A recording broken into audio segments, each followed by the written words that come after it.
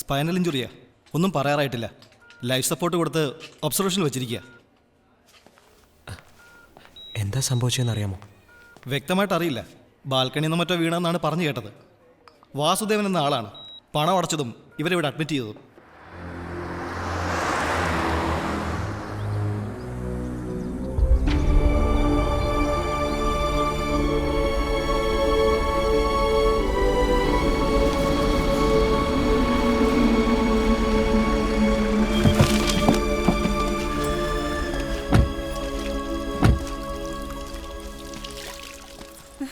കുഞ്ഞെ, അമ്മച്ചി കണ്ടോ?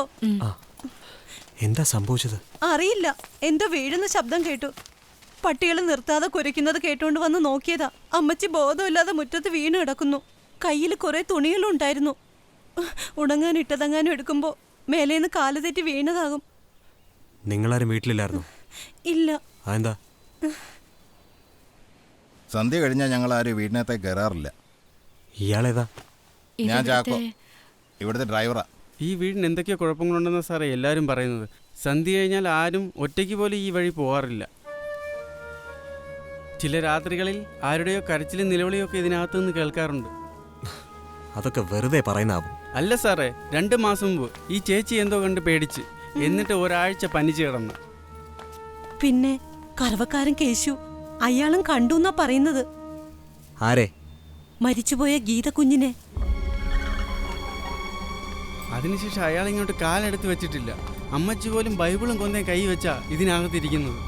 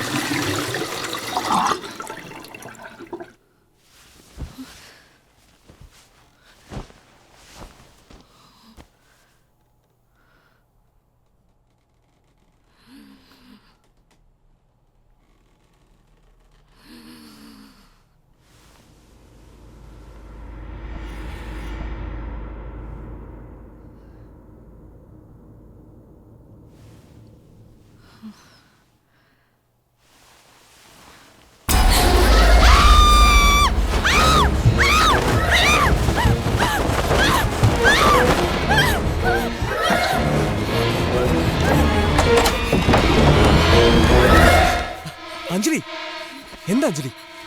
എന്താ? എന്തോ കണ്ടു. എവിടെ?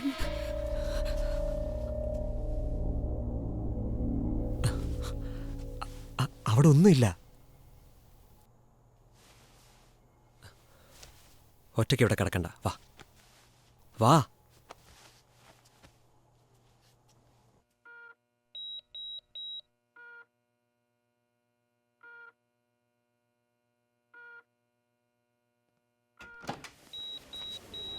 Anjali, Anjali, please come.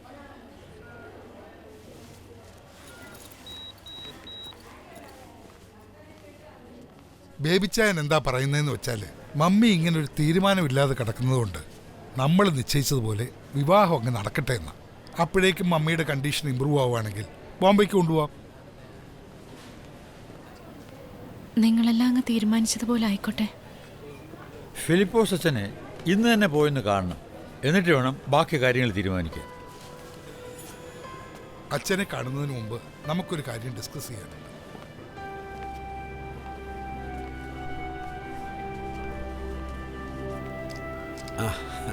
Vasu uncle. അതെ, താങ്ക്സ്. അങ്കിളാണ് മമ്മിയുടെ കൊണ്ടുവന്ന് അഡ്മിറ്റ് ചെയ്താന്ന് അറിഞ്ഞു. ഹോസ്പിറ്റലിൽ അടച്ച പണം. അയ്യോ, അതൊന്നും അത്ര കാര്യമാക്കണ്ട കുട്ടി. അന്നാമ്മ ചേട്ടത്തി എനിക്ക് എൻ്റെ സ്വന്തം പെങ്ങളെ പോലെ.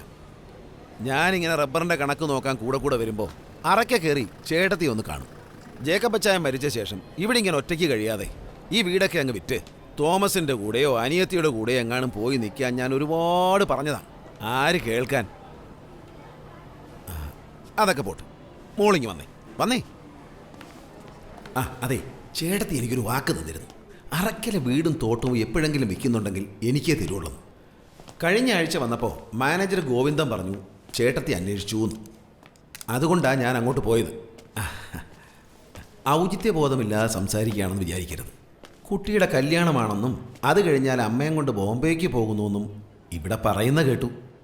അതോടെ കഴിഞ്ഞാൽ ഈ വീടും പറമ്പുമൊക്കെ അനാഥമായി കിടന്ന് നശിച്ചു പോകും. എനിക്കിപ്പോഴും താല്പര്യമുള്ളതുകൊണ്ട് പറയുന്ന. നിങ്ങൾക്ക് വിരോധമില്ലെങ്കിൽ ഞാൻ എടുത്തോളാം. ഞാനൊന്ന് ആലോചിക്കട്ടെ. ഞാൻ തരുന്ന കാശ് വേറെ ഒരിടത്തും കിട്ടാൻ പറ്റില്ല. കാരണം കുട്ടിക്കറിയാലോ, അവിടെ ഭൂതമുണ്ട്, പ്രേതമുണ്ട്, പിശാചുണ്ടെന്നൊക്കെ നാട്ടിപ്പാട്ട. എനിക്കതിലൊന്നും വിശ്വാസം. എന്തായാലും എല്ലാവരോടും ഒന്ന് ചോദിക്കട്ടെ. മതി, ആലോചിച്ചിട്ട് മതി. അതിനിടയ്ക്ക് പത്രത്തിൽ ഞാനൊരു ചെറിയ പരസ്യം കൊടുക്കാം. പഴയ വീടല്ലേ, വല്ല അവകാശവും പറഞ്ഞ് വല്ലവരും ഇടങ്കോലിടാൻ വന്നാലോ? അങ്ങനെ ആരും വരാനില്ല എന്നറിയാം. ആധാരത്തിൻ്റെ കോപ്പി ഞാൻ കണ്ടിരുന്നു. അവകാശം ചേട്ടതിക്കും സഹോദരൻ കോശിക്കും സഹോദരി മോളിക്കുവാ. അവരേതായാലും കല്യാണത്തിന് വരുന്നുണ്ടല്ലോ, അപ്പോൾ അവരുടെ ഒപ്പിട്ട് വാങ്ങാം. പിന്നെ ഗീതയ്ക്കും ചേട്ടതിക്കും പകരം അഞ്ജലി ഒപ്പിട്ടാൽ മതി. ഞാൻ പറഞ്ഞല്ലോ ആലോചിച്ച് തീരുമാനിക്കാമെന്ന്. ഓ മതി. അപ്പം ഞാൻ ഇറങ്ങുന്നു. ശനിയാഴ്ച വരുമ്പോൾ കാണാം.